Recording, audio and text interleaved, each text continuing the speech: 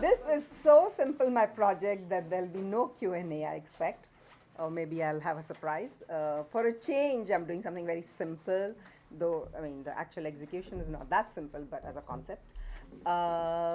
Sorry to barge in. I didn't realize it was on today, and it's late and all that, so I'll be very quick.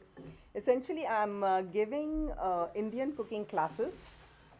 It's my regional cuisine. I come from the state of Maharashtra, which is very well known in the sense, even though you might not have heard the name, because it's the state that surrounds Bombay or Mumbai, now called Mumbai. And one thing I've said in Canada about 10,000 times at least is people say, oh, so Indian food, we like Indian food. And then I say, actually, the food you get here is from northern India. It's mainly from the Punjab and the Mughlai food.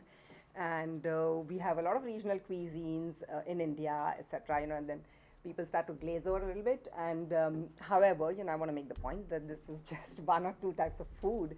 And now you also get food from southern India a little bit. From my region, Maharashtra, you don't really get the food because my community doesn't really bother to sell its food. It's like, we'll make it, we'll cook it.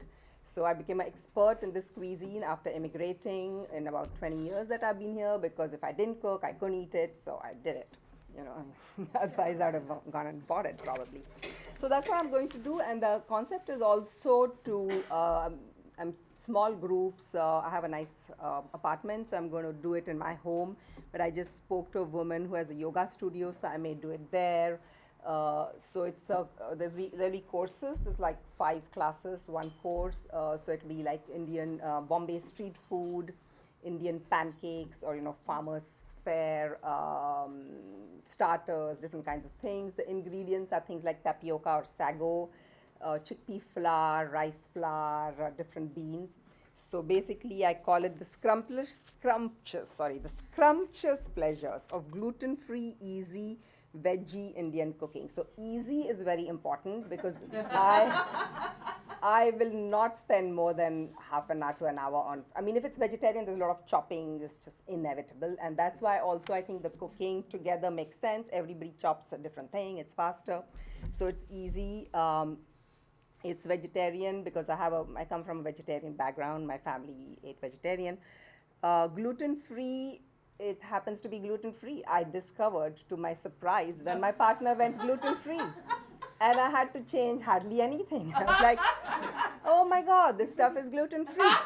So it's so funny because all these things are kind of trendy now, but we've just had it for hundreds of years. So it's a bit funny, the whole thing.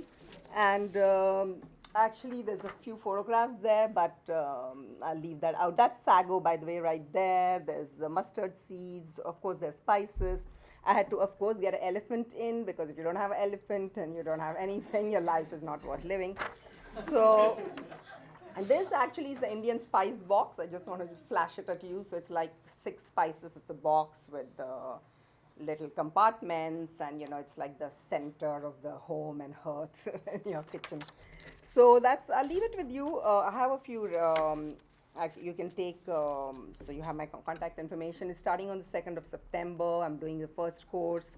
And I also have this idea of going into people's homes and, like, for example, you have a birthday, you want to do a special, meal, or some other occasion or nothing, just, to chase away the winter blues. So you invite 4 or 5 friends, you invite me, and we cook a meal together. So I'm not a chef, I'm not a caterer, I'm not going to cook for you, I'm going to cook with you. So this is very important because it's extremely boring to cook, as a matter of fact.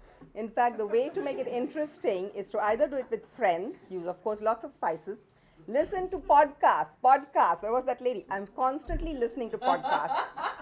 So I feel there's 2 cooking experiences. Either if you want it stimulating, listen to an interesting podcast. If you want it relaxing, listen to music. But you must always have this or be with people. If not, it's boring. It's that simple. And that's why people don't cook. Hence, I'm trying to make it a little bit more interesting as well. There's going to be a trip to an Indian grocery. I've been into Chinese groceries. I'm fascinated, but I don't know what to buy. When you read the labels, they don't make much sense. Similarly, for Indian food. So that's where I'm at, and I'm happy to, if you come and, let's all cook together. Great, thank you.